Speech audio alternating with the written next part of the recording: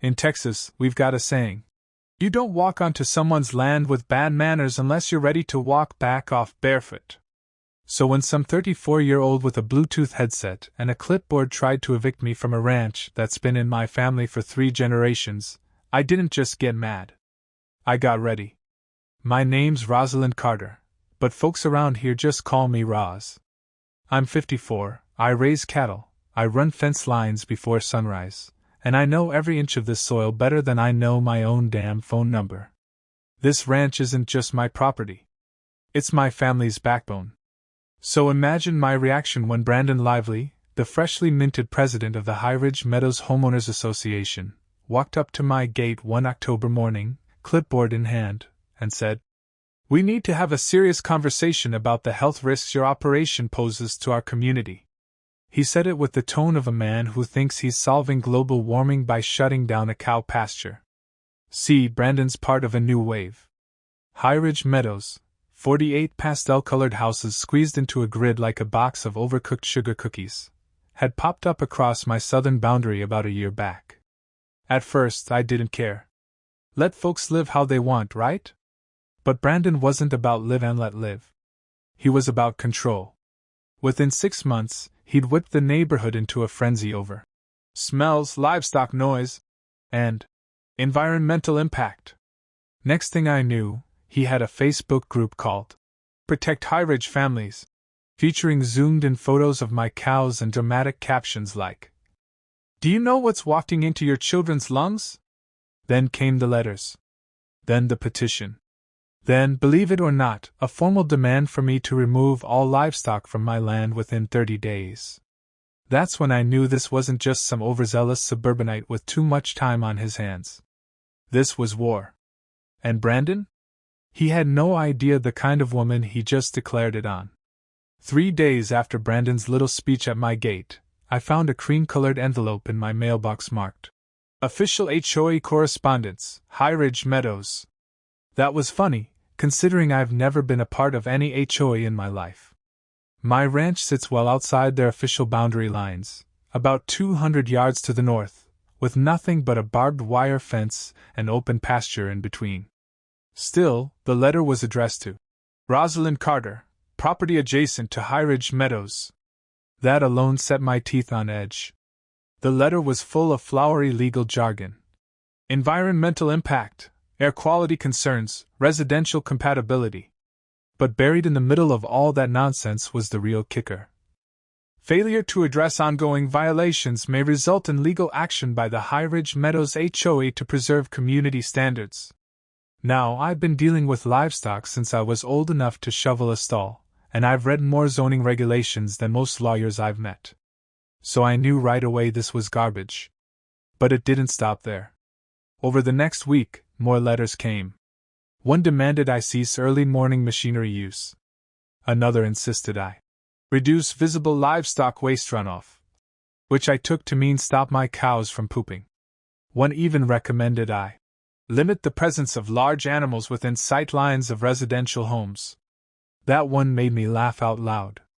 Sight lines? We're talking about cows, not billboards. But while I was laughing, Brandon was busy poisoning the well. The Facebook group he created, Protect High Ridge Families, was gaining traction fast. He'd post pictures of my herd from strange angles, taken clearly from beyond my fence line, with captions like, "Unregulated animal waste just feet from our children's play areas. No safety inspections in over a decade." Then came the comments. Dozens of them. "That smell is unbearable. I can't even open my windows. This is why my kid has asthma now. Why should we suffer for someone else's profit?" Some folks asked questions. Some were just along for the outrage. And some, too many, took Brandon at his word. I started noticing unfamiliar cars idling just outside my gate, phones pointed at the barn.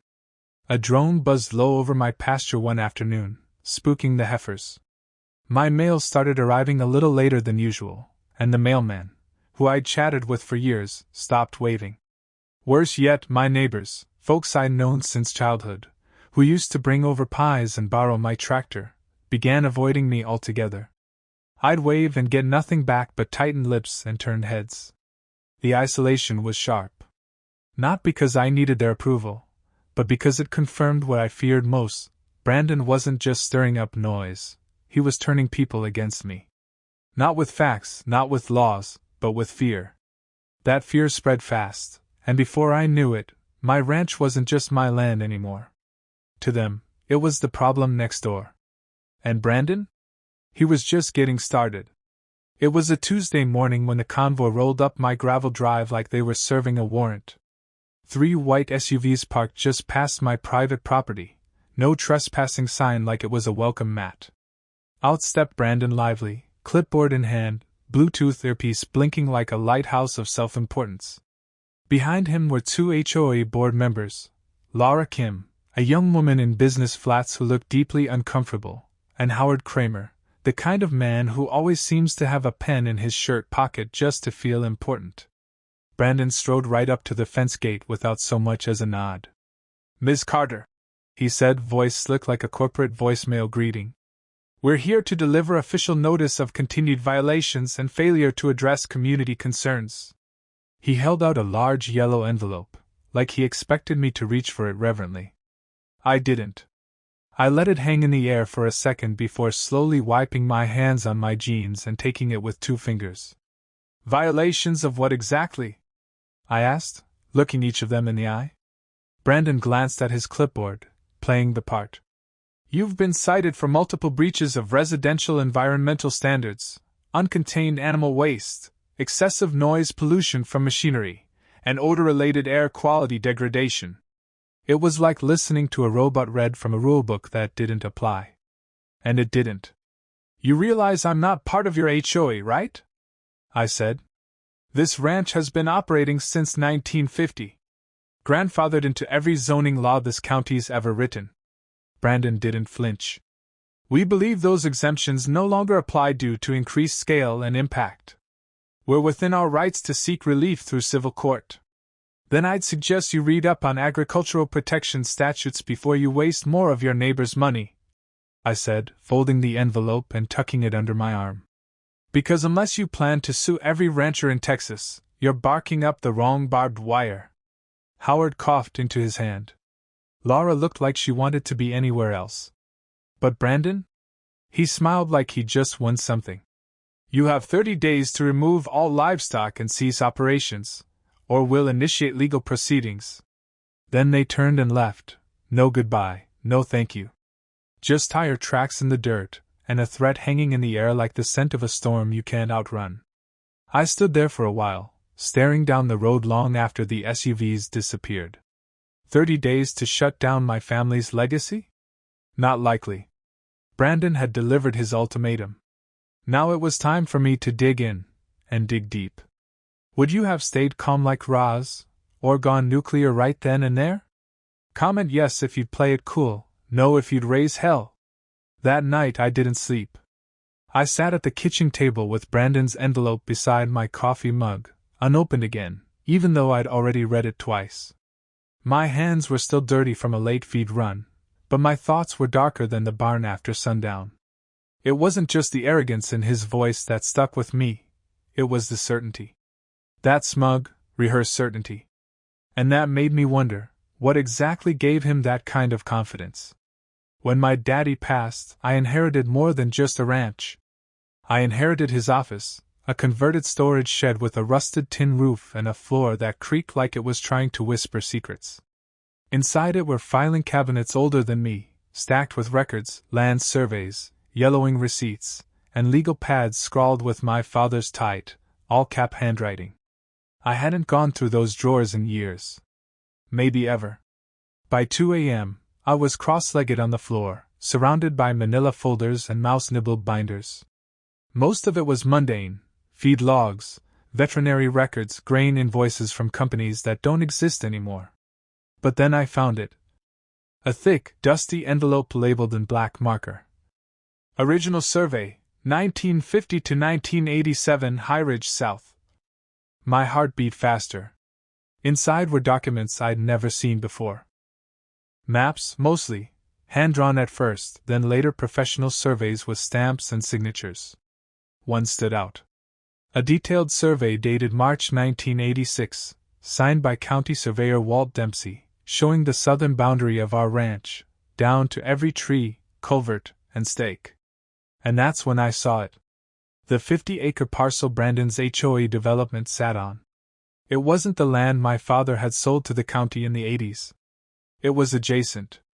Meaning, they built the entire High Ridge Meadows development on land we never sold. At first, I thought it was a mistake. A mislabeled plot.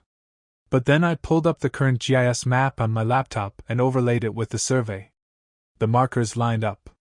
The GPS coordinates matched. Their front gate, their roads, their precious little community park, all sitting on Carter land.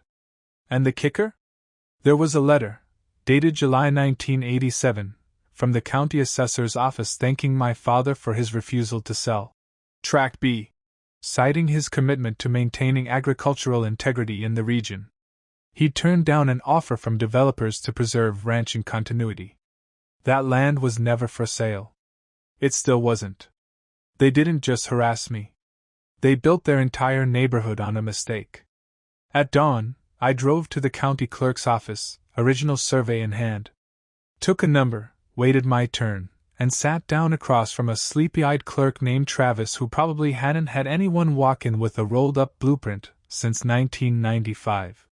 He ran the deed numbers, cross-referenced the parcel IDs, pulled the current satellite overlays, and let out a low whistle. "Well, I'll be. Ms. Carter, you're still the registered owner of this section here," he said, tapping on a chunk of High Ridge Meadows road system. "Looks like someone skipped a few steps in development approval." I didn't smile. I nodded once, thanked him, and walked out with 6 certified copies of every relevant map and deed I could get my hands on. Brandon Lively thought he was boxing me into a corner. He didn't realize he'd built his empire on my soil. And now? It was time to remind him who owned every inch of it. It didn't take long for Brandon to catch wind that something had shifted. Maybe he saw me at the county office. Maybe someone in the clerk's office mentioned my name. Either way, his next move came fast and loud. 2 days later, I got a letter via certified mail from a boutique law firm out of Waco. The letter had read, "Beckford and Pike, Environmental and Residential Disputes," and it was signed by Kelsey Pike, ESQ, a fresh out of law school attorney with a shiny photo on the firm's website and more ambition than experience.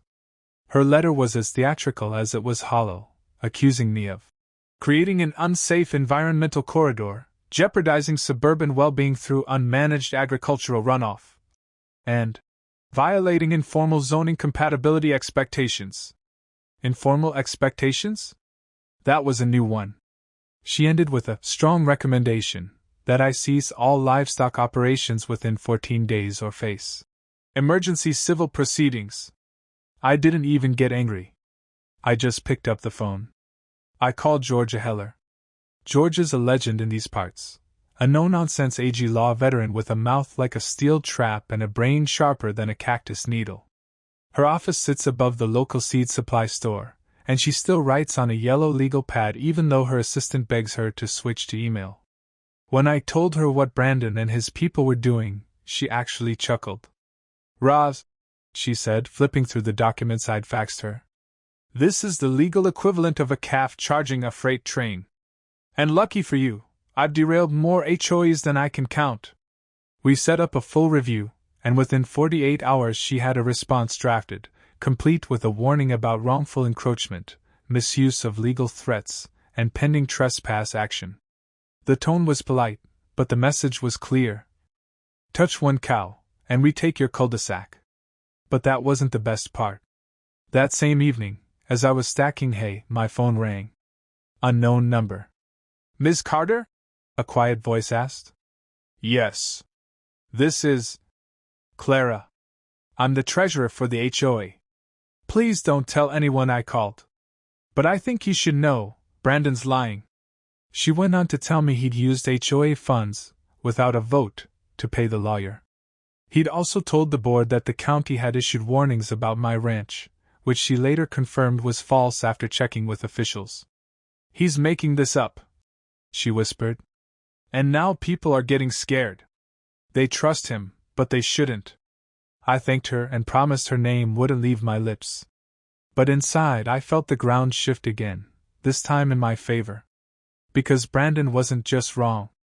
He was about to be exposed. And now I had the receipts, and a lawyer, to make sure everyone knew it. The monthly HOA meeting was held in the High Ridge Meadows Community Hall, which, ironically, was just a repurposed model home with folding chairs crammed into the former living room. I showed up 10 minutes early, dressed in my old denim jacket and worn boots. Nothing flashy. I wasn't here to impress. I was here to detonate a truth bomb. Brandon was already at the front, adjusting the projector and clearing his throat like a man about to deliver a TED Talk. His Bluetooth earpiece blinked as always. He wore a gray blazer with elbow patches and that smug little smirk that said he thought he'd already won. The room was packed. At least 30 residents filled the seats, and I recognized several familiar faces, people who used to wave when passing my ranch but hadn't made eye contact in weeks. Brandon raised his voice to begin. Tonight I'll be addressing the ongoing threat to our community's health and property values posed by the adjacent livestock operation. We've already sent legal notices and are preparing for next steps. A few heads nodded. One woman clapped softly. That's when I stepped forward. Excuse me, I said calmly, pulling a large plastic folder from my bag. I'd like to say a few words as the person you're all here to talk about. Brandon's face froze. Ms. Carter, this meeting is for residents only. I figured you'd say that, I replied. Which is why I brought something that concerns every single one of you. I set the folder on the table and opened it, laying out the certified land surveys, GPS boundary maps, and copies of the original deed from 1986. Then, I held up a fresh letter from the county environmental agency stating that no health violations, citations, or pending reviews had ever been filed against my ranch. This, I said, holding up the map, is your parking lot.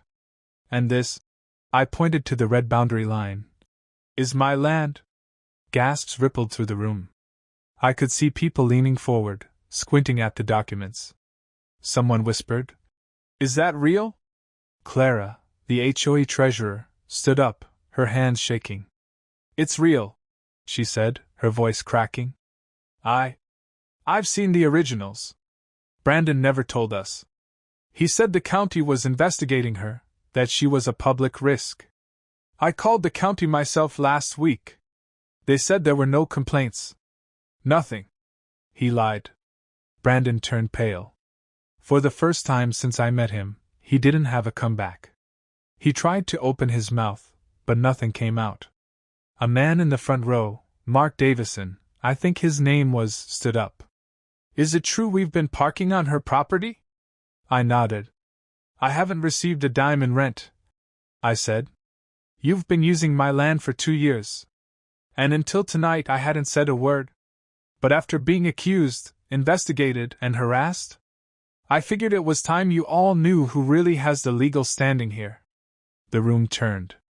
The spell Brandon had cast for months was breaking, fast. All right, be honest. Who do you think was more out of line here? Brandon, the HOA guy with the clipboard. The community, for following him blindly. Drop your vote below. Clara looked at me with tear-filled eyes. Ms. Carter, I'm so sorry. I should have spoken up sooner. I didn't know who to believe. I gave her a small nod. You're doing it now. That counts. The rest of the meeting? It unraveled. Fast. People started questioning everything. How the HOA funds were spent, who authorized legal fees, why they'd never been told about the land issue. Brandon tried to regain control, but it was like trying to plug a dam with a toothpick. By the time the meeting ended, 3 board members had resigned, including Clara, who announced she'd rather resign than be complicit in further lies. Several residents asked for copies of the documents I'd presented. And Brandon? He left through the back door, quietly for once. But for me, the silence was deafening. It was the sound of truth finally cutting through the noise. The morning after the meeting, I called up Red Hawk Surveying, The same local firm that did oil field markers back in the 90s. By noon, 2 trucks were rumbling down the ranch road with orange boundary stakes, reflective tape, and GPS equipment in the bed. The crew worked fast, and by sundown, bright fluorescent markers stood tall along the entire edge of the High Ridge Meadows development. They weren't just decorative. They screamed, "This land belongs to Roz Carter. Trespass at your own risk." I wasn't being vindictive. I was being precise. Next came the signs. I had a dozen made, large, durable aluminum plates, staked at every key entrance. Private property, no unauthorized vehicle access. Trespassers will be charged for land use and may be towed at owner's expense. Then I sat down at my kitchen table, drafted a polite but firm letter, printed 47 copies, and had them all sent certified mail to every household in High Ridge Meadows. The letter explained the situation plainly. The community's parking lot, road access loop, and part of the walking trail were built entirely on my land. There had never been a lease, agreement, or compensation. Beginning the 1st of next month, I would be instituting a $350 monthly usage fee per household, due on the 1st, for continued access and parking privileges on the affected sections of my property. The tone was professional, not hostile. I even offered a reduced fee for those who paid 6 months in advance. But I made one thing clear. If no agreement is signed by the end of the month, access will be restricted and parking enforcement will begin. This is not a threat. It's business. The response? Swift and loud.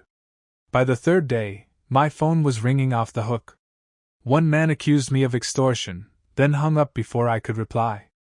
Another screamed something about calling the news. But for every one of those calls, I got 2 more that were calmer. A young mother asked if the fee included snow plowing in winter. An older couple apologized and said they were just following what the HOA told them all along. By the end of the week, 31 households had signed the agreement. They weren't happy, but they were practical. The reality was simple: they couldn't park anywhere else. The development had been designed with narrow driveways and no street parking. Brandon's grand design for suburban bliss had never planned for this kind of mistake. Some tried to stall, even formed a small group to challenge the legality. But Georgia, my lawyer, was 3 steps ahead. She'd already sent a packet to each dissenting home, complete with property records, easement maps, survey certificates, and a detailed list of disclosures they'd signed at purchase, including a clause acknowledging proximity to agricultural property and existing infrastructure easement risks. By the 2nd week, even the most stubborn holdouts had gone quiet. Some caved out of necessity. Others out of embarrassment. A few even came by the ranch with baked goods and awkward smiles. I accepted the rent, no more, no less. No late fees, no interest. Just $350 a month, per home, wired into a new account I'd opened that morning, called the Carter Infrastructure Fund. And just like that, the woman they tried to evict was now the landlord of the neighborhood. They tried to force me out.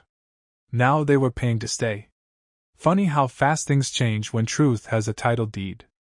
Brandon didn't go down without a fight. About a week after the rent notices went out, I got a letter from a law firm in Houston, one of those big names with 3 last names and a logo that looks like a courthouse. It was full of threats and legalese. Unlawful enrichment, coercive real estate tactics, intentional distress of residents. Apparently, Brandon had hired new legal muscle with what was left of the HOA's funds and wanted to paint me as a villain shaking down innocent families. But Georgia Heller? She lives for this stuff. She drafted a 10-page rebuttal backed by county-certified surveys, original property deeds, zoning code references, and a signed acknowledgement from the High Ridge developer stating that the HOA was responsible for verifying boundary lines, which they never did. And she didn't stop there. Georgia also sent a copy of Brandon's spending activity to the State Office of HOA Oversight, a relatively new department that had recently started auditing small associations for exactly this kind of abuse. 2 weeks later, the state's audit team showed up in High Ridge Meadows with clipboards and sharp questions.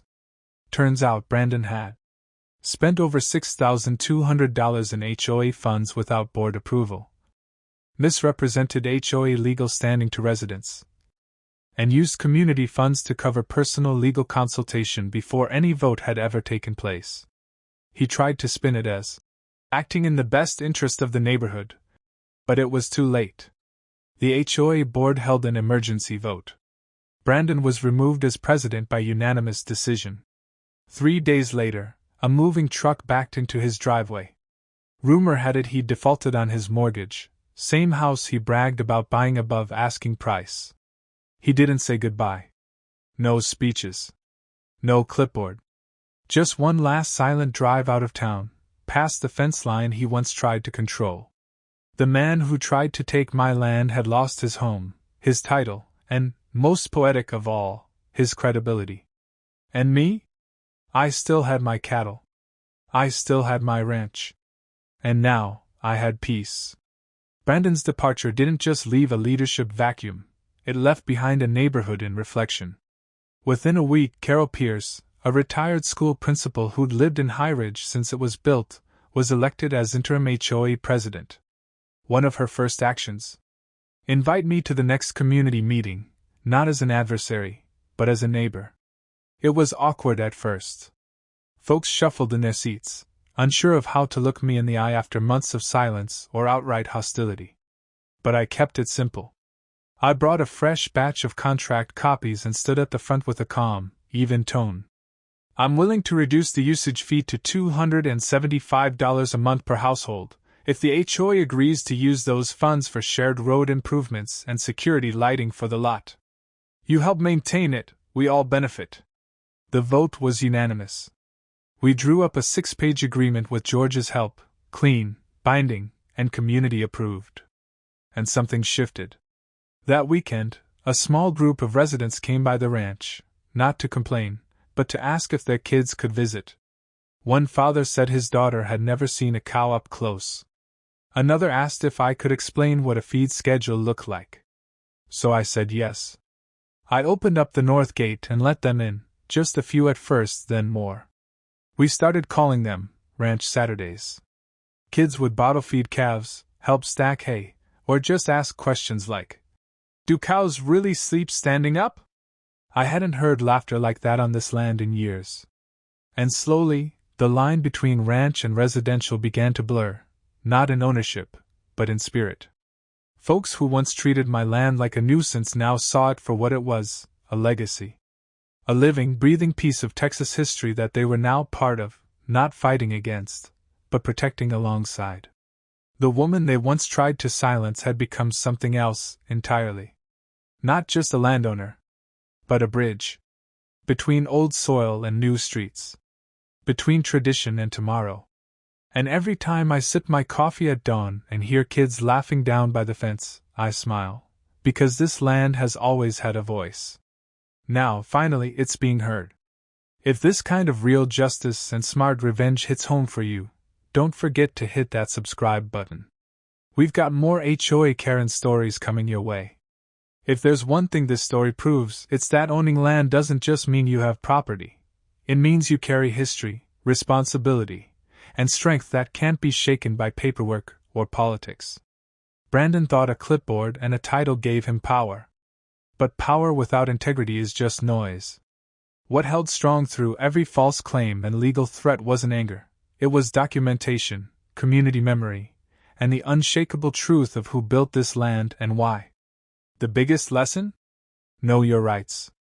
Know your land. And never underestimate the quiet resolve of someone who refuses to be bullied off their own soil. But maybe more than that, this story shows that even when things get ugly, communities can heal. Misunderstandings can turn into partnerships. Suspicion can become respect. And sometimes, the very people who once saw you as a problem may one day call you a neighbor, even a friend.